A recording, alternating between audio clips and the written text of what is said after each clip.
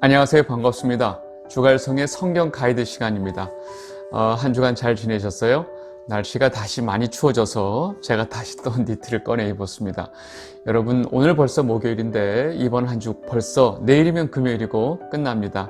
조금만 참고 잘 버티시면 좋을 것 같아요. 오늘 이사야 두 번째 시간입니다. 우리 지난 시간에 선지자서를 시작을 했죠.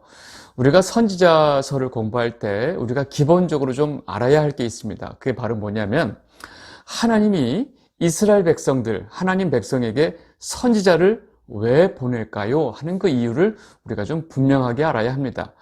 여러분, 하나님이 선지자를 보내는 이유는 선지자의 역할이 뭔지 또 알아야 되죠. 하나님의 마음과 뜻을 이스라엘 백성들에게 전하는 것이 일단 기본이지만 이 선지자가 하나님 백성에게 보내져서 외치는 이야기는 딱 중요한 거예요. 너희들은 지금 하나님 앞에 죄를 짓고 있다. 하나님과 계약한 그 하나님 율법을 너희는 완전히 어기고 있어. 하나님이 너희에게 이 율법을 주고 너희가 이 율법을 지키지 않을 때는 하나님이 너희들에게 어떤 저주와 어떤 심판의 메시지를 줬는지 너희들 다시 한번 기억해야 돼. 빨리 이 계약을 너희들 기억하고 지금이라도 그 죄를 돌이키고 하나님께 돌아와 하는 이야기를 하는 것이 선지자의 기본적인 역할입니다. 그렇다면 하나님이 이스라엘 백성들에게 선지자를 보낸다는 얘기는 지금 그 상태가 이스라엘 백성들이 심하게 죄악에 빠져 있는 상태라는 거죠. 이스라엘 백성들이 하나님 앞에 죄를 범하지 않은 경우는 거의 없는데 이 상황이 너무나 심각해서 더 이상 자기네들 스스로 하나님 말씀으로 돌아갈 수 있는, 스스로 정화할 수 있는 능력이 거의 제로인 상태일 때 하나님이 심판을 내리시고 이들을 계약을 파기한 대가를 치르시면 되지만 하나님이 이들에게 뭐예요? 마지막 경고 메시지로 선지자를 보낸다는 거죠. 여러분, 북이스라엘이 멸망하기 전에 하나님이 여러 명의 선지자를 계속 보냈어요. 남유다가 멸망하기 전에 하나님이 끊임없이 선지자를 보냈어요. 왜 보냈을까요? 사실은 하나님이 선지자를 내가 너희들이 뭔가 약속을 안 지킬 때 선지자를 보낼 거야 이런 말씀 하신 적 없어요. 너희가 이 하나님의 주신 이 계명과 율례와 법들을 지켜 행하지 아니하면 너희들에겐 이러한 저주가 내릴 것이다 라고 얘기하셨어요. 엄밀히 말하면 하나님은 그 죄를 짓는 이스라엘 백성들을 바로 심판하실 수 있어요. 근데 하나님의 마음은 심판하는 게 목적이 아니거든요. 하나님께 돌아오게 하는 게 목적이거든요. 그래서 선지자를 보내신 거예요. 그런데 이 선지자를 이스라엘 백성들이 어떻게 해요? 이 왜 재수 없는 소리를 해가지고 죽여버린 거예요. 너희가 하나님 앞에 얼마나 큰 죄를 짓고 있는지 너희들 알아야 된다 하고 이 선지자가 이스라엘 백성들에게 외치면 기분 나쁘게 우리가 하나님 앞에 죄를 졌어? 그러면서 자신들의 그 죄악된 손을 가지고 이 선지자를 죽인 거죠. 여러분, 그러다 보니까 선지자서의 내용은요, 거의 대부분이 이스라엘 백성들의 그 아주 추악한 죄가 다 폭로되고 까발려지는 내용들이 거의 대부분입니다. 그래서 선지자서를 볼 때는요, 굉장히 힘들어요. 여러분, 그리고 선지자서를 보면서 이스라엘 백성들, 남유다 백성들의 죄악을 보면서 사실은 이게 그들만의 죄가 아니라는 거예요. 하나님의 백성들의 죄를 까발릴 때 사실은 그 죄 안에, 그 죄인 속에 바로 우리가 들어가 있다는 거예요. 그래서 바로 우리의 죄가 폭로되어지고 우리가 어떤 심판을 받아야 될 죄인인가를 사실은 이 선지자서를 통해서 우리가 깨닫게 되는 겁니다. 내가 하나님 앞에 죄인인 것을 깨닫지 못하는, 내가 하나님 앞에 얼마나 큰 죄인인 것을 자각하는 것 없이 우리는 절대로 하나님 앞에 구원이 있을 수가 없어요. 내가 얼마나 심각한 죄인인 것을 깨달아야 예수 그리스도가 우리에게 왜 오셨는지를 깨닫게 되기 때문에 그렇습니다.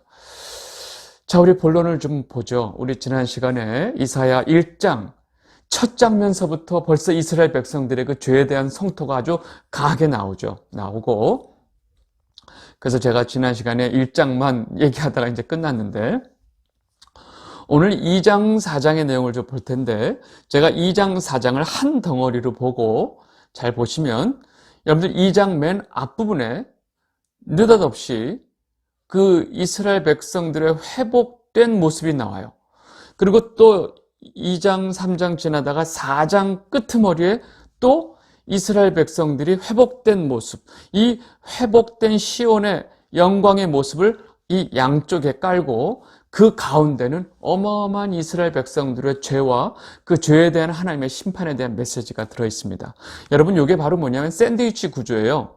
그래서 회복된 모습을 보여주고 죄악과 심판에 대한 말씀을 하시고 마지막에 또 회복된 모습을 보여주고, 여러분, 이 사회를 보다 보면 갑자기 그 죄악에 대한 얘기, 심판에 대한 아주 험악한 얘기가 나오다가 갑자기 이 회복된 전혀 다른 모습의 이 회복된 모습이 툭툭툭 튀어나오는데, 여러분, 이것은 우리가 잘 이해를 하셔야 돼요. 왜 이렇게 중간중간 회복된 메시지를 하나님께서 주시느냐면, 지금 이 회복과 심판에 대한 메시지가 섞여 있는 것은 우리가 어떻게 이해해야 되느냐? 여러분, 이 심판이라는 것은 단순히 심판으로 끝내는 것이 아니라 회복을 위한 하나의 과정이에요. 여러분, 하나님께서 먼저 창조를 하셨죠. 그죠? 창조를 하시고 그 다음에 이 창조를 깨부수는 심판을 주시죠. 이거를 창조의 반대라고 해서 역창조라고 말을 하는데, 역창조가 돼요. 심판이 이루어져요. 그 다음에 어떻게 해요? 다시 새 창조가 이루어집니다. 이것이 성경 안에 반복되고 있는 건 뭐냐면 바로 심판이라고 하는 것이 심판으로 끝이 아니라 회복을 위한 하나의 과정이라는 것이죠. 그래서 이스라엘 백성의 죄를 심판하는 것은 좀 역설되지만 이스라엘 백성들을 정결케 하고 회복시키기 위함이라는 얘기입니다. 이사야서 4장 4절 보겠습니다.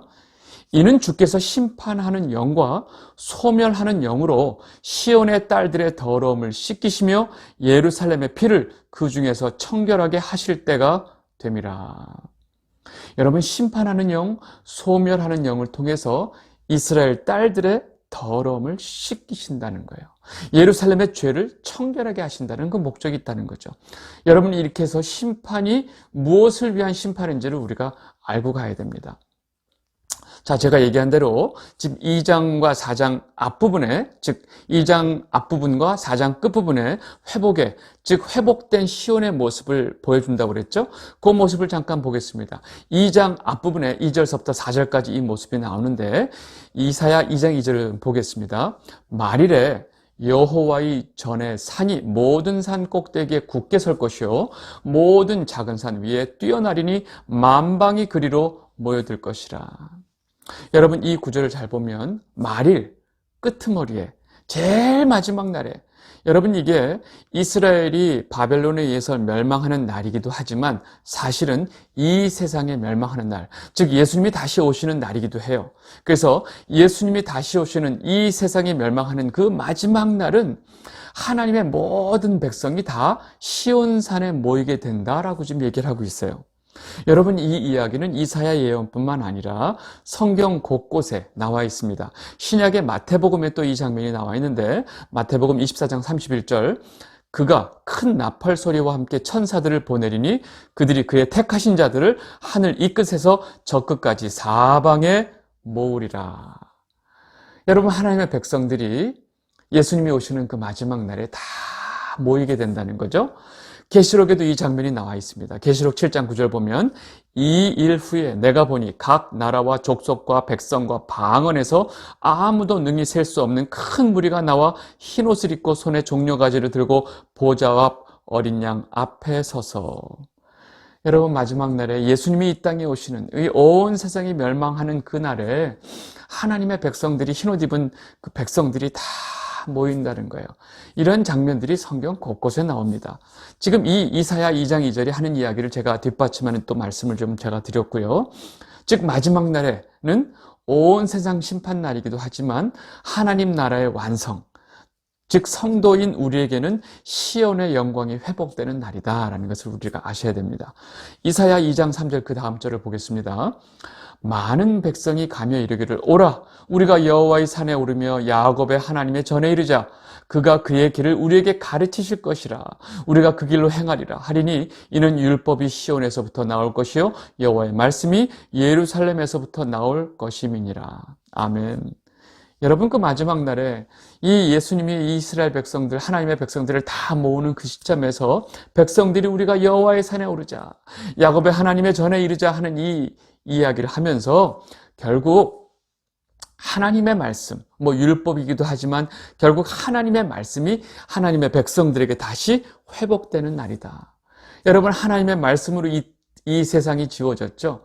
여러분, 하나님의 말씀이 인간들에게 제껴지고 이 하나님의 율법이 이스라엘 백성들에게 째껴졌을 때 멸망이 오고 심판이 오는 거예요. 그런데 다시 회복되는 그 순간에는 하나님의 말씀이 다시 회복한다는 거예요.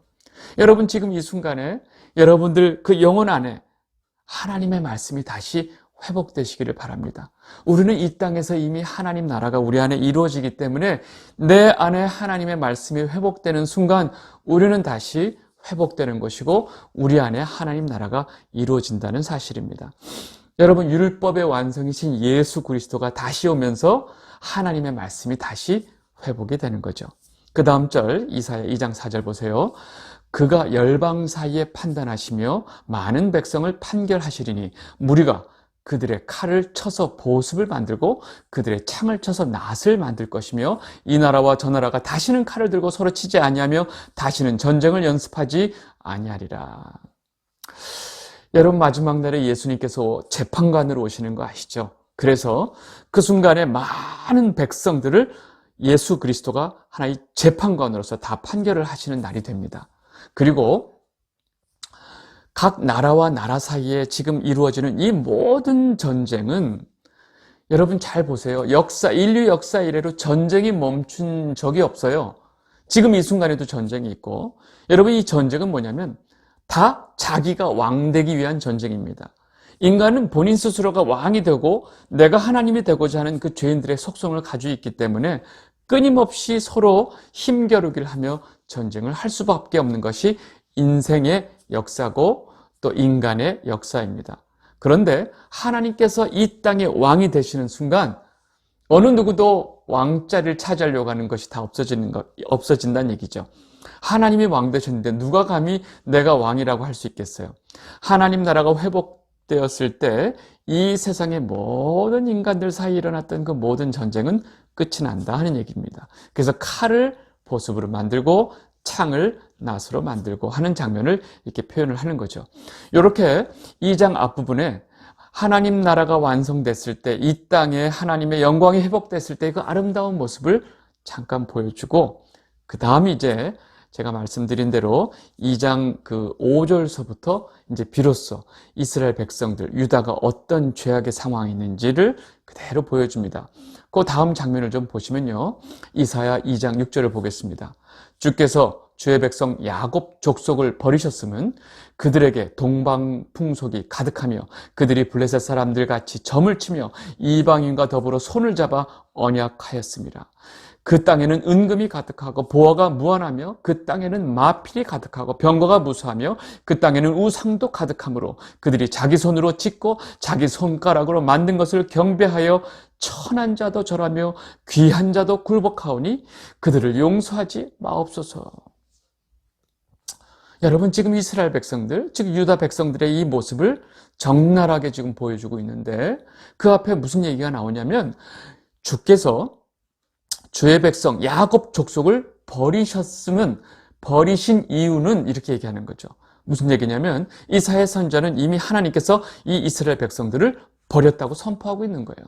근데 너희가 이렇게 버림받은 이유는 이러이러한 것 때문에 이렇다 하고 얘기를 하고 있는데 동방 풍속이 가득하고 이 세상의 모든 풍속들을 다 유다 백성이 다 끌어당겼고 블레셋 사람처럼 점을 치고 이방인과 손을 잡고 또 온 그 물질 문명 속에 가득 차서 은금이 가득하고 보화가 무한하대요. 여러분, 이런 상황 속에 이스라엘 백성들의 모습을 한마디로 얘기하면 뭐예요? 하나님 없이 우리가 잘 살 수 있어죠. 하나님을 버려버린 거예요. 하나님의 율법을 버린 모습이에요. 하나님의 율법 다 필요 없어. 우린 내 손에 은금이 있고 내 손에 보화가 있는데 그게 무슨 필요야. 우리가 원하는 대로 살 거야 하는 것이 바로 유다의 죄라는 거예요. 그리고 이방인과 손잡고 온갖 이방의 우상들을 다 섬기고 있는 모습이죠. 그래서 하나님께서 하나님을 버린 이 유다의 죄를 하나님께서 이렇게 심판하실 거야 라고 얘기를 하시는 거예요. 이사야 3장 1절 3절 보겠습니다. 보라, 주 만군의 여호와께서 예루살렘과 유다가 의뢰하며 의지하는 것을 제하여 버리시되 곧 그가 의지하는 모든 양식과 그가 의지하는 모든 물과 용사와 전사와 재판관과 선지자와 복술자와 장로와 오십부장과 귀인과 모사와 정교한 장인과 능란한 요술자를 그리하실 것이며. 여러분, 이 세상에 하나님을 떠난 인간들이 의지하고 있는 게 얼마나 많을까요? 하나님이 이스라엘 백성들을 심판하는 방식이 이렇게 유다가 의뢰하며 의지하는 모든 것들을 내가 다 제하해버린다 하면서 그 의뢰하고 의지하는 것들을 지금 나오는데, 내가 이 이스라엘 백성들이 의지하는 양식, 내가 먹을 양식이 두둑하면 하나님을 버린다는 거예요. 내가 먹을 물이 많고 용사가 있고 전사가 있고 재판관이 있고, 놀랍게도 여기 선지자도 있어요. 무슨 선지자예요? 거짓 선지자죠. 내 귀에 듣기 좋은 말하는 선지자들.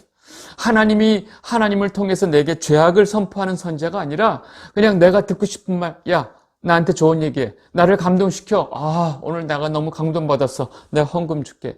내 귀에 달고 내가 듣기에 좋은 얘기하는 선지자들을 항상 두고 있어요. 이 거짓된 백성들은.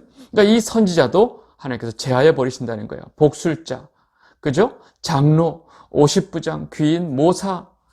여러분, 인간들이 하나님을 떠나서 의지하는 것들이 너무 많아요.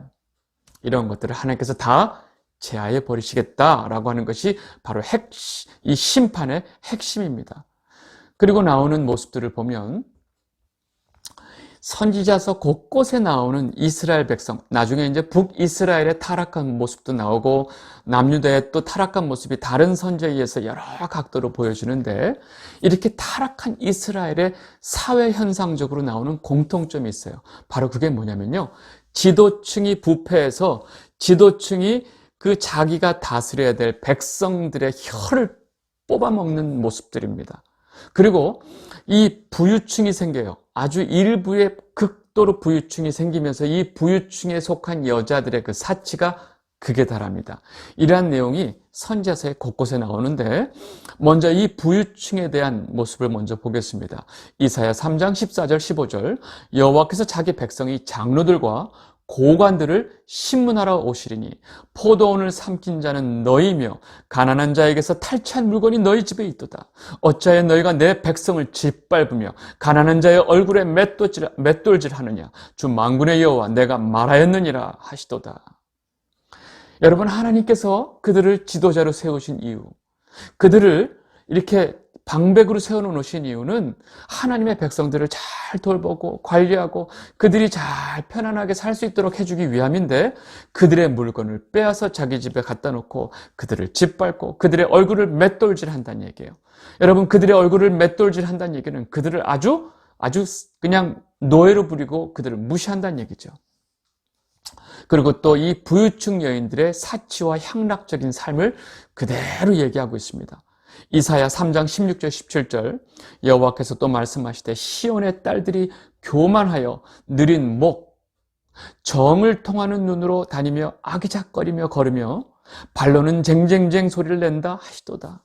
그러므로 주께서 시온의 딸들의 정수리에 딱지가 생기게 하시며 여호와께서 그들의 하체가 드러나게 하시리라. 여러분, 이 표현이 아주 적나라하죠. 아주 교만하여서 느린 목, 여러분 목을 곧게 세우고 아주 그 교만하고 아주 잘난 태도를 그대로 표현하고 있어요. 그리고 정을 통하는 눈, 여러분 그냥 모든 상대를 어떻게 해요? 아주 은밀하게, 음흉하게 본다는 거죠. 항상 이 부유층의 여자들의 관심은 오로지 자신의 어떤 욕정밖에 없는 거예요. 그러니까 그 눈빛에 벌써 정을 통하는 눈빛이 있는 거죠. 걸음걸이가 어떻게 해요? 아기작거리며, 요즘 말로 말하면 아주 그냥 자기의 그냥 섹시한 모습만 드러내느라고 정신이 없는 거예요. 온통 모든 남자들을 이렇게 자기한테 유혹할 수 있는 그런 모습으로 다닌다는 거죠. 여러분, 그런 시온의 딸들 정수리에 하나님께서 딱지를 만들어 버리신다. 그리고 그들의 하체를 내가 다 드러내 버리겠다. 인간의 가장 수치를 드러내는 모습을 성경은 하체를 드러낸다, 이런 표현을 쓰거든요. 가장 너희들이 수치스러운 모습을 내가 만들겠다라고 얘기를 하시는 거예요. 그래서 이렇게 그 사치에 빠져 있고 죄악에 빠져 있는 여자들에게 대한 하나님의 메시지가, 심판의 메시지가 이렇게 나옵니다. 여러분, 성경에서 이렇게 여자들에 대해서 죄악에 빠져 있는 모습을 강력하게 얘기하는 이유는, 여러분, 성경의 여자는 바로 교회, 하나님의 백성들, 하나님의 신부, 예수의 신부인 여자를 대표하거든요. 그러니까 하나님의 백성들을 대표적으로 여자라고 하는 그런 표현을 많이 씁니다. 이사야 3장 24절 26절, 그때 썩은 냄새가 향기를 대신하고 노끈이 띠를 대신하고 대머리가 숱한 머리털을 대신하고 굵은 베옷이 화려한 옷을 대신하고 수치스러운 흔적이 아름다움을 대신할 것이며, 너희의 장정은 칼에, 너희의 용사는 전란에 망할 것이며, 그 성문은 슬퍼하며 곡할 것이요 시온은 황폐하여 땅에 앉으리라. 여러분, 그렇게 사치하는 여인들이 의지하는 모든 것들이 다 날아가고, 자신들이 그렇게 꾸미고 싶어하는 자신의 모든 외모가 아주 모든 수치의 모습으로 변할 것이다. 하나님께서 너희들을 이렇게 심판할 것이다 라고 얘기하는 거죠. 여러분, 이렇게 이 2장과 4장 사이에 나와 있는 이런 죄악된 모습들을 얘기하고 5장으로 가면서 아주 여전히 이스라엘 백성들, 남유다의 죄악된 모습을 그대로 폭로하는데, 5장에서는 그 사회 속에 완전히 정의와 공의가, 사회적 정의와 공의가 사라진 모습을 그대로 폭로하고 있습니다. 여러 가지 모습들이 있지만 제가 단적으로 한 부분을 좀 뽑겠습니다. 이사야 5장 20절에서 23절 모습입니다. 악을 선하다 하며 선을 악하다 하며 흑암으로 광명을 삼으며 광명으로 흑암을 삼으며 쓴 것으로 단 것을 삼으며 단 것으로 쓴 것을 삼는 자들은 화 있을진저. 스스로 지혜롭다 하며 스스로 명철하다 하는 자들은 화 있을진저. 포도주를 마시기에 용감하며 독주를 잘 빚는 자들은 화 있을진저. 그들은 뇌물로 말미암아 악인을 의롭다 하고 의인에게서 그 공의를 빼앗는도다. 여러분, 지금 이 남유다의 그 죄악된 모습을 그대로 폭로하고 있는데, 이 사회적인 정의가 다 사라졌죠. 왜요? 악을 선하다 하고 선을 악하다 하고 단 것을 쓰다 하고 쓴 것을 단 것으로 삼고 스스로 지혜롭다 하고 독주와 포도주를 마시기에 용감하다 하고 뇌물로 의인들을 다 그 입을 굽게 만들고, 여러분, 지금 이런 모습을, 죄악된 인간의 모습을 보면서 여러분 어떤 생각이 드세요? 여러분, 이렇게 하나님 앞에 심판 앞에 떨어진 이 유다의 모습의 죄악의 모습을 보면서 이 모습이 단순히 지금 그 하나님 앞에 멸망이 결정된 유다 백성들만의 모습인가요? 아니죠. 여러분, 이들의 모습을 보고 이들이 지금 이들의 죄악의 이야기를 우리가 보고 있으면 바로 지금 이 순간에 이 사회의 모습이고 바로 우리 자신의 모습입니다. 여러분, 무엇이 선하고 무엇이 악한가요? 여러분들 스스로 무엇이 선하고 무엇이 악하다고 결정짓고 있어요?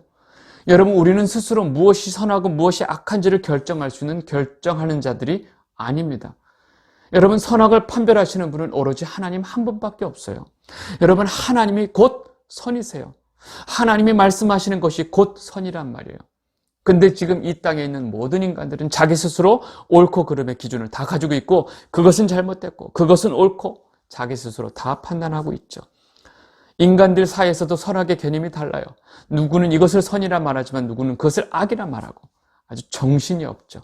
그것들대로 또 싸우고 있고, 자기가 스스로 교만해서 자기가 가지고 있는 지혜가 최고이고 자기가 가지고 있는 교만함이 이 세상에 자기가 최고라고 하는 그 인간들 세상을 지금 적나라하게 까발리고 있습니다. 여러분들의 모습은 어떠세요?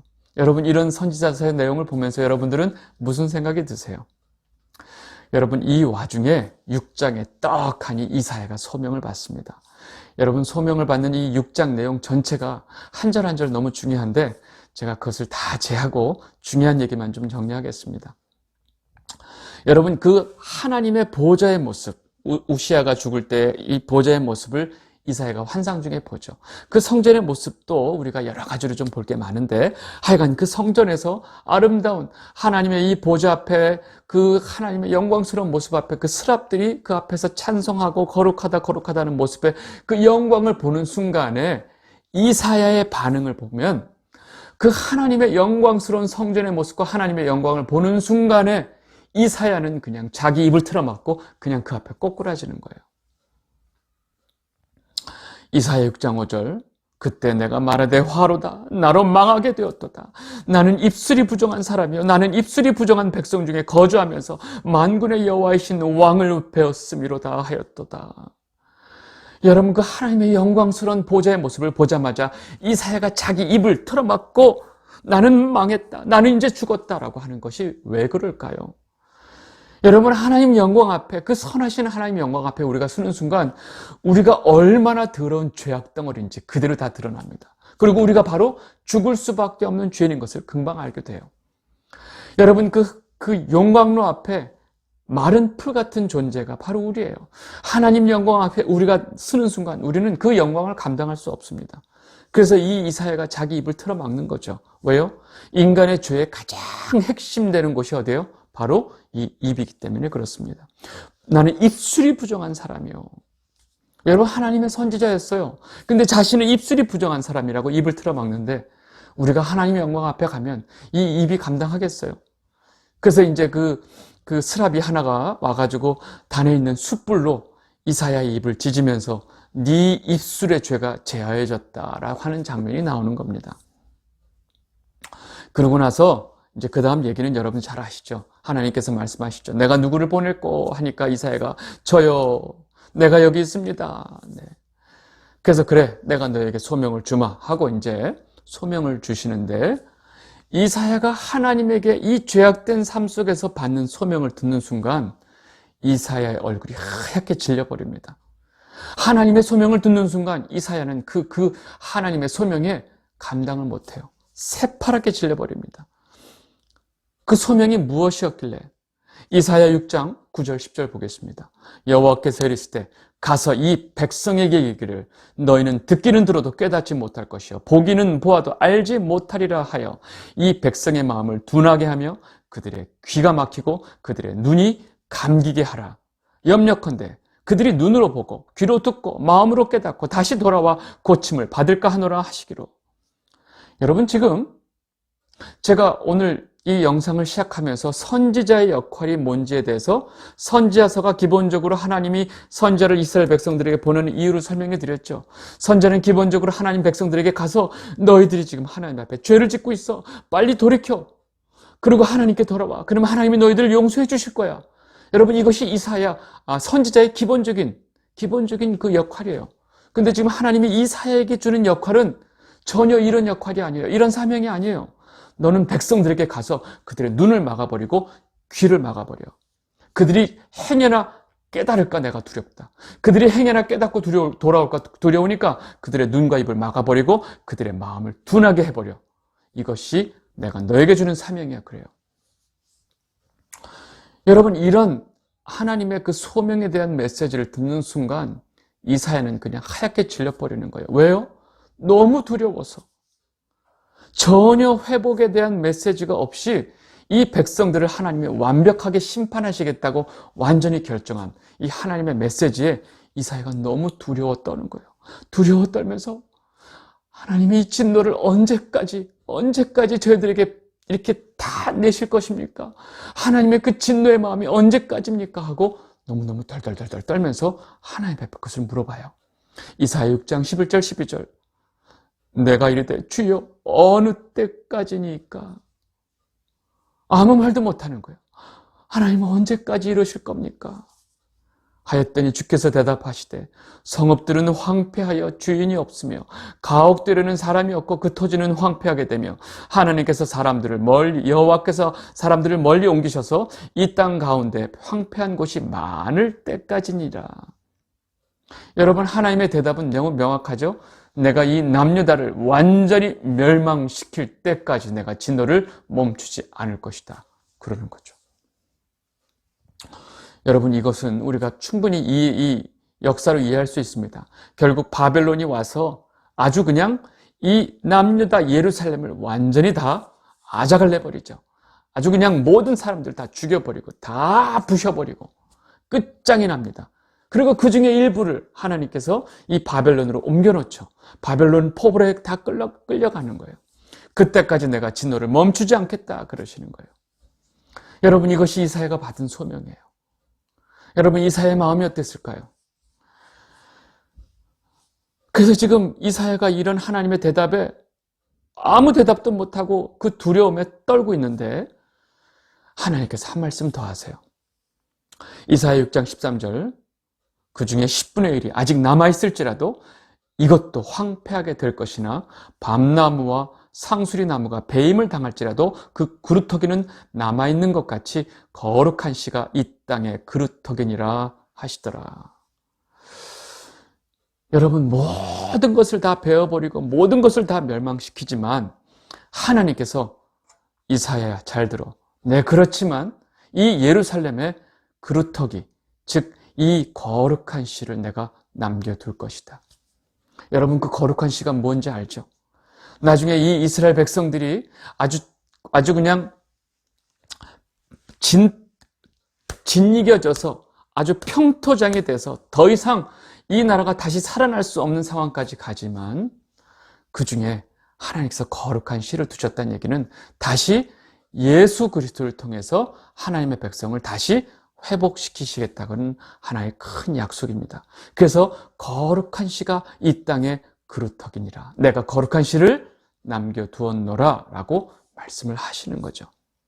여러분, 이 6장 끝으로 이렇게 마무리가 되면서 여러분, 이 모든 하나님의 이 죄악된 인간들은요, 결국 이 죄악으로 인해서 하나님이 완전히 심판으로 끝장이 나야 됩니다. 그것이 하나님의 계획이에요. 그런데 하나님이 이 땅에 보내신 그 예수 그리스도, 거룩한 씨로 인해서 그 예수 그리스도로 인해서 일부 남은 자만 하나님의 그 계획에 의해서 예수님과 함께 다시 끌어올려지는 거예요. 여러분, 이런 이 역사를 통해서 하나님은 우리에게 너무나 분명한 메시지를 주세요. 너희들은 오로지 나만 의뢰하고 나를 붙들지 않으면, 나를 의뢰하고 나를 의지하지 않으면 너희는 이와 같이 되리라. 여러분, 이 메시지는 지금 오늘날 이 순간 저와 여러분에게도 동일한 메시지입니다. 여러분, 우리는 하나님 한 분만 의뢰하고 하나님 한 분만 의지할 수밖에 없는 인생이라는 것을 여러분 오늘 이 순간에 다시 한번 깨닫길 바라고, 여러분 지금 이 상황 속에서 우리가 무엇을 믿고 살 수 있겠어요? 하나님 한 분밖에 없습니다. 하나님 한 분만 붙들고 오늘 하루를 살아가시고 또 내일도 살아가시고 끝까지 하나님 한 분만 붙드는 여러분이 되시기를 바랍니다. 오늘은 이 6장 정리하는 것까지 하도록 하겠습니다. 오늘 이만하도록 하겠습니다. 감사합니다.